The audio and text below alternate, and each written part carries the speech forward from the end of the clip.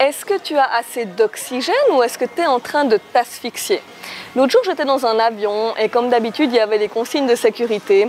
Et le personnel de bord, il insiste toujours, il nous enseigne toujours de d'abord mettre, en cas de problème, notre propre masque à oxygène avant d'aider les autres. Et ça peut nous paraître logique, on va dire oui, forcément, si on aide d'abord les autres, déjà on n'a pas d'air et en plus on se fatigue, en fait on s'épuise à aider d'autres personnes. Ça nous demande beaucoup plus d'air et d'oxygène que si on était assis calmement. Mais alors pourquoi dans la vraie vie on ne le fait pas? Pourquoi dans la vraie vie on va d'abord aider les autres avant de mettre notre propre masque à oxygène? Alors avant de rentrer dans le vif du sujet, bienvenue sur cette vidéo et si tu ne me connais pas, je m'appelle Samantha Hugli, je suis passionnée de voyage et j'aide les femmes à trouver leur direction professionnelle, à trouver quel projet ressemble plus à leurs besoins, à leur personnalité et en fait à créer une vie qui leur ressemble plus.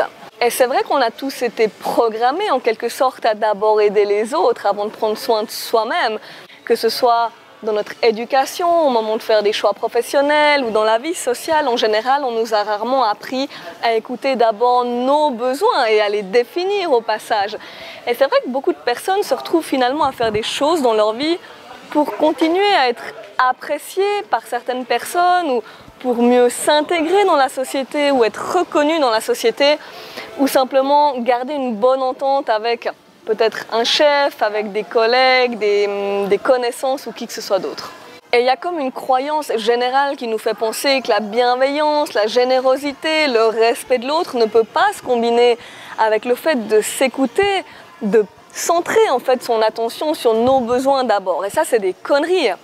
Donc en fait, on pense que plus on donne, on se sacrifie pour le travail, pour une entreprise, peut-être pour un chef ou pour des connaissances, plus ils auront de l'estime pour nous, plus on sera apprécié, mieux on sera vu. Et du coup, on laisse nos besoins de côté. Et là, j'ai toute une liste d'exemples de choses que je faisais dans le passé quand je ne m'écoutais pas ou que certaines personnes, des prospects, des clientes me disent qu'elles font quand elles ne s'écoutent pas, justement. Donc, par exemple, au travail, ça peut être quand tu acceptes des responsabilités, quand tu n'oses pas dire non, que tu as du mal à dire non, quand on veut te déléguer encore plus de tâches ou de responsabilités alors que tu as déjà énormément de travail, tu as déjà une grosse charge de travail, ou si tu te sens vraiment stressé ou sous pression au point où ça se répercute sur d'autres domaines de ta vie, peut-être sur ton humeur en général, sur tes relations ou même sur ta santé. Tu peux voir des changements au niveau de ta santé, des douleurs dans le dos, peut-être des boutons, ça m'arrivait à l'époque quand j'étais stressée. Quand tu es malade ou tu as une blessure, mais que tu vas quand même travailler parce que tu es sûr que tu es obligé d'aller travailler par rapport à soit ta charge de travail ou tes responsabilités ou parce que tu penses que tu vas peut-être te faire Dieu sait quoi, qu'est-ce qui peut se passer si tu ne vas pas travailler. Mais voilà, tu te sens vraiment obligé d'aller travailler même si tu es malade. Tu fais des heures sup encore et encore alors que tu rêves de te reposer. Ou si tu repousses sans cesse un projet, donc tu as un rêve peut-être, un projet qui te tient à cœur, que ce soit une autre direction professionnelle justement ou autre chose. Vraiment, tu rêves de plus de liberté, peut-être tu rêves de faire un voyage, tu rêves de faire quelque chose qui te tient à cœur, mais tu n'arrêtes pas de le repousser parce que tu te dis que c'est risqué et que d'autres personnes vont te juger, tu as peur du regard des autres, si admettons que tu échoues, mais là qu'est-ce qui pourrait se passer et du coup tu le repousses pour cette raison-là. Ça peut être simplement des besoins comme le rythme de sommeil ou la productivité, peut-être que tu es plutôt du soir, mais que ta situation actuelle ne te permet pas d'avoir les horaires qui te conviennent finalement. Peut-être que tu as des besoins d'être souvent seul ou de prendre soin de toi, de faire du sport, mais qu'actuellement tu n'arrives pas justement à trouver cet équilibre où tu es constamment en train de dire des phrases comme « je dois faire ça, on attend de moi que je fasse ça », que ce soit au travail ou dans ta vie privée. Mais là, en réalité, en faisant ça, c'est comme vouloir aider d'autres personnes à mettre leur masque à oxygène avant de mettre le nôtre.